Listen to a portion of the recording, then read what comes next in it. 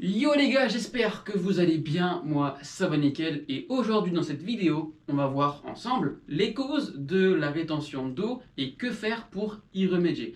Alors il faut savoir que la rétention d'eau touche majoritairement plus les femmes que les hommes dû à leur croissance hormonale et dû au fait de leurs règles. Donc entre guillemets et bonne chance pour nous les hommes, c'est que nous sommes moins susceptibles d'être entre guillemets attaqués par la rétention d'eau, bien que celle-ci touche principalement tout le monde. Alors la rétention d'eau, comme vous le savez, eh bien, ça empiète sur notre esthétisme, sur notre aspect physique, mais aussi ça empiète sur entre guillemets notre perte de poids, puisque on aura des difficultés sur la balance à avoir une perte de diminution de masse et avoir des abdominaux visibles. Et le but de cette chaîne YouTube, c'est d'avoir des abdominaux visibles, perdre du poids et optimiser son alimentation pour être bien physiquement. Et donc forcément, la rétention d'eau va impacter notre objectif. Alors la rétention d'eau est souvent visible dans nos extrémités. Donc par exemple, on a le visage qui gonfle, on a un peu l'aspect bouffi, on a les doigts qui vont gonfler, on a la cheville qui va gonfler, et tout ça en fait c'est signe de rétention d'eau. Alors c'est parti, on va voir ensemble c'est quoi la rétention d'eau.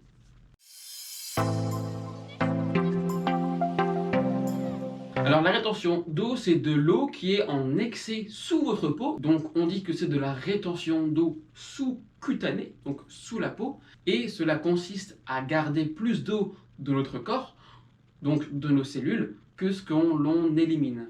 Alors forcément, la rétention d'eau peut être intéressant lorsque celle-ci est intracellulaire, donc à l'intérieur de la cellule, mais ce n'est pas le sujet de la vidéo. Là, on parle plus précisément sur la rétention d'eau en général et de la rétention d'eau extracellulaire. Alors pour comprendre le phénomène de la rétention d'eau, il faut savoir que nous, en tant qu'êtres humains, on est constitué de plusieurs centaines de millions, même voire de milliards de cellules, et dans chaque cellule, eh bien, il est constitué à l'intérieur du potassium et à l'extérieur de la cellule, il est constitué du sodium.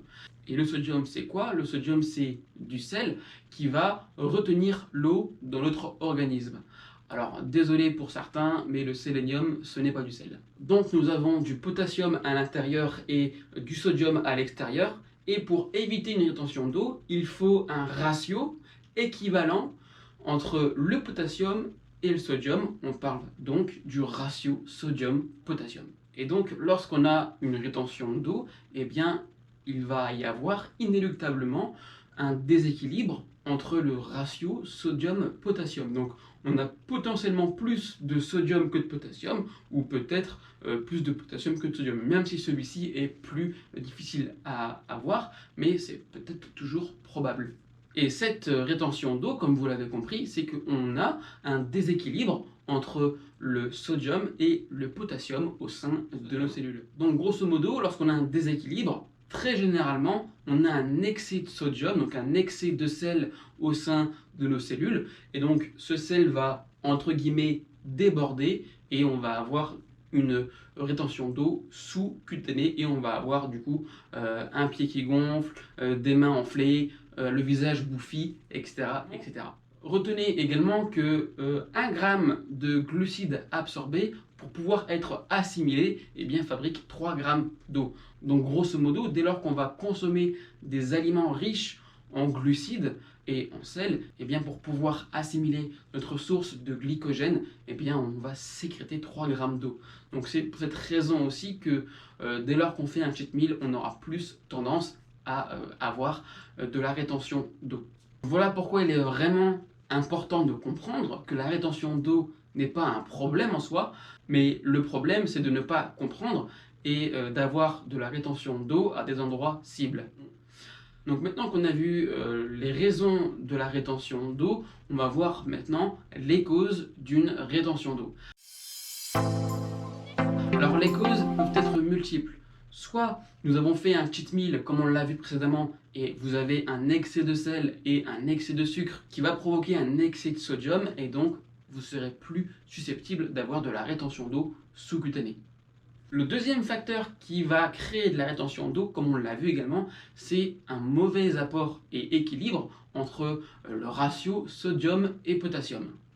Le troisième fait qu'on peut avoir de la rétention d'eau, c'est aussi un manque d'exercice physique, du fait qu'on est trop souvent assis, et de ce fait, on ne va pas accentuer le retour veineux lorsqu'on va marcher, puisque lorsqu'on va marcher, on va activer notre deuxième cœur, donc le mollet, pour faire remonter le sang et circuler la lymphe, et pour justement, entre guillemets, vraiment avec des grosses pincettes, mais éliminer un maximum d'eau extracellulaire. Donc dès lors qu'on est trop souvent assis, on va avoir tendance à garder plus d'eau que le corps a réellement besoin. Alors maintenant, passons à la fin de cette vidéo pour avoir les solutions pour remédier à cette rétention d'eau. Alors je pense que vous l'avez déjà compris, mais pour remédier à la rétention d'eau, il n'y a pas non plus 36 001 façons de faire les choses correctement. La première chose, dans un premier temps, c'est qui est peut-être même contradictoire, mais c'est de boire de l'eau. Pourquoi est-ce qu'il faut boire de l'eau alors qu'on a de la rétention d'eau?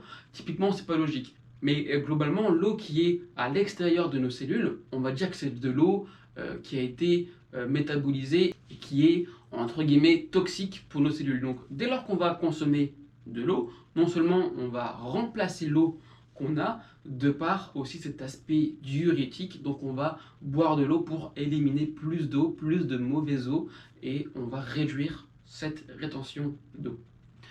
La deuxième solution à apporter pour éviter de la rétention d'eau, c'est tout simplement de pratiquer une activité physique. Dès lors que vous pratiquez une activité physique, non seulement vous allez activer votre retour veineux, mais vous allez également transpirer et donc encore une fois éliminer de l'eau. Le troisième cas pour éliminer de la rétention d'eau, c'est d'optimiser, de favoriser les aliments diurétiques. Donc ça peut être du café, ça peut être du thé, ça peut être des asperges, ça peut être des concombres. Donc tous les aliments à un aspect diurétique sont favorables pour éliminer la rétention d'eau. Et enfin, le quatrième aspect pour éliminer la rétention d'eau, et je pense que vous l'aurez compris, c'est d'avoir un ratio sodium-potassium à l'équivalent.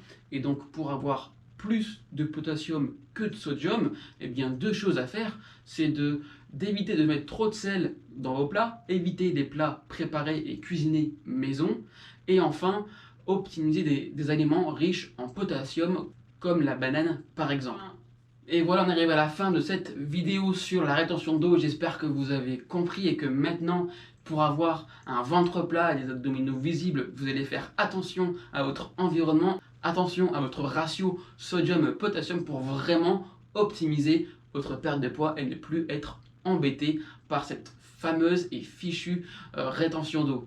Alors si vous avez aimé cette vidéo, n'hésitez pas à la partager, à commenter, surtout si vous avez aimé, à vous abonner à la chaîne YouTube, ça me fait vraiment plaisir et dites-vous que chaque like, chaque commentaire, ça me touche et ça me fait très très plaisir. Donc surtout, n'hésitez pas, et pour celles et ceux qui veulent aller plus loin dans la démarche, eh bien, je mets en bas de la vidéo un lien qui va vous amener sur une formation vidéo sur la nutrition pour perdre du poids qui est totalement gratuit et offerte. Je vous l'offre, c'est pour vous. C'est la maison qui offre, c'est cadeau. Et en tout cas, si vous avez des questions sur la rétention d'eau, n'hésitez pas à le mettre dans les commentaires. En tout cas, je vous dis à très vite et à très bientôt. Et surtout, n'oubliez pas que l'acteur de votre santé, c'est vous.